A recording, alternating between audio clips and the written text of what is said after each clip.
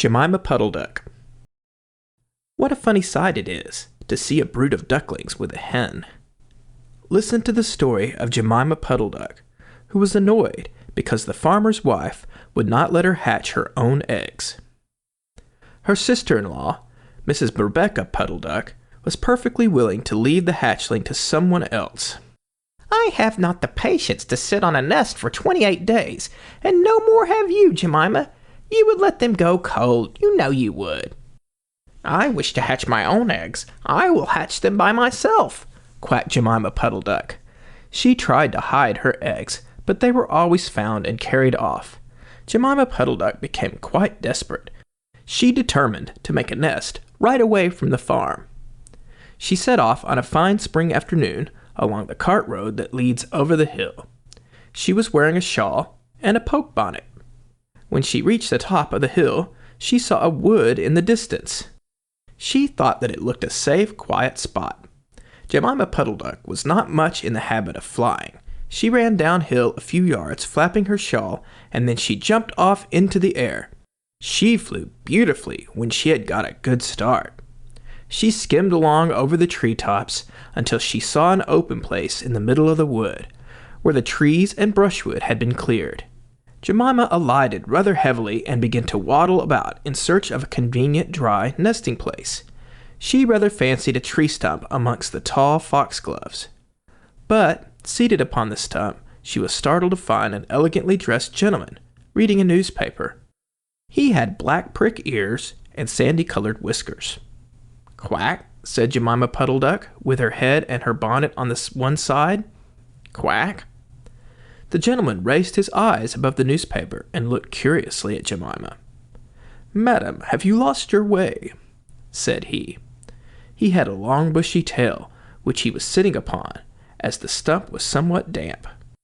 Jemima thought him mighty civil and handsome. She explained that she had not lost her way, but she was trying to find a convenient dry nesting place. "Ah, is that so, indeed?" said the gentleman with the sandy whiskers, looking curiously at Jemima. He folded up the newspaper and put it in his coat-tail pocket. Jemima complained of the superfluous hen. "Indeed, how interesting! I wish I could meet with that fowl. I would teach it to mind its own business. But as to nest, there is no difficulty. I have a sackful of feathers in my woodshed. No, my dear madam, you will be in nobody's way. You may sit there as long as you like," said the bushy, long-tailed gentleman. He led the way to a very retired, dismal-looking house amongst the foxgloves. It was built of faggots and turf, and there were 2 broken pails, one on top of another, by way of a chimney. "This is my summer residence. You would not find my winter house, so convenient," said the hospitable gentleman. Here was a tumble-down shed at the back of a house made of old soap-boxes. The gentleman opened the door and showed Jemima in. The shed was almost quite full of feathers. It was almost suffocating, but it was comfortable and very soft. Jemima Puddle-Duck was rather surprised to find such a vast quantity of feathers, but it was very comfortable, and she made a nest without any trouble at all.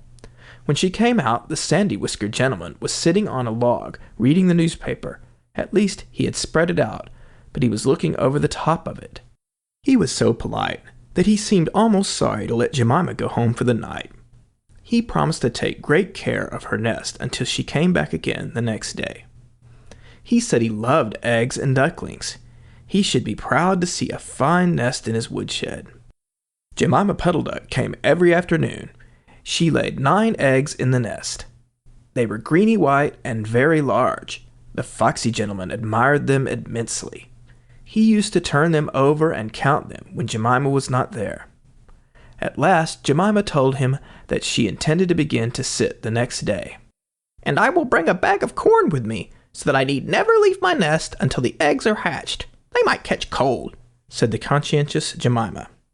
"Madam, I beg of you not to trouble yourself with a bag. I will provide you oats, but before you commence your tedious sitting, I intend to give you a treat.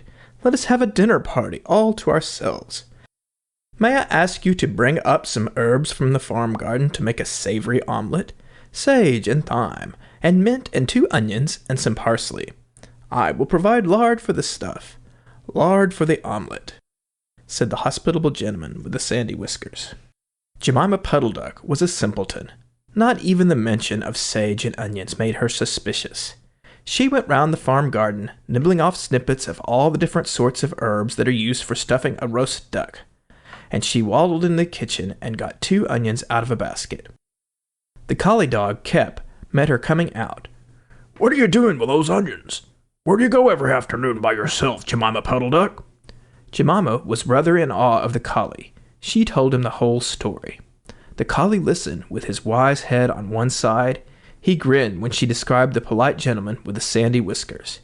He asked several questions about the wood and the exact position of the house and shed.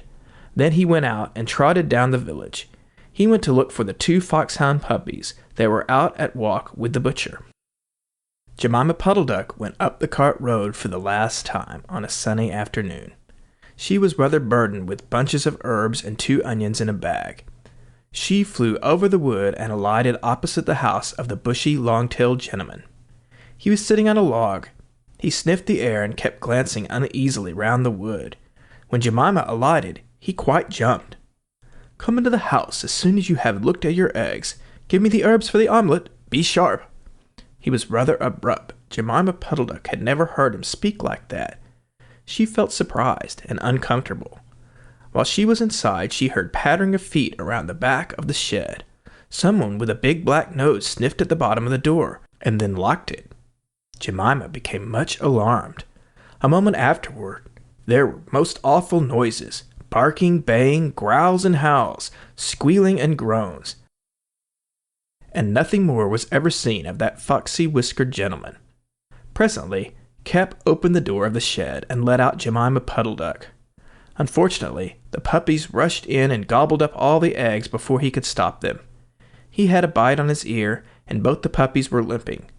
Jemima Puddle-Duck was escorted home in tears on account of those eggs. She laid some more in June, and she was permitted to keep them herself, but only 4 of them hatched. Jemima Puddle-Duck said it was because of her nerves, but she had always been a bad sitter. The end of the Tale of Jemima Puddle-Duck.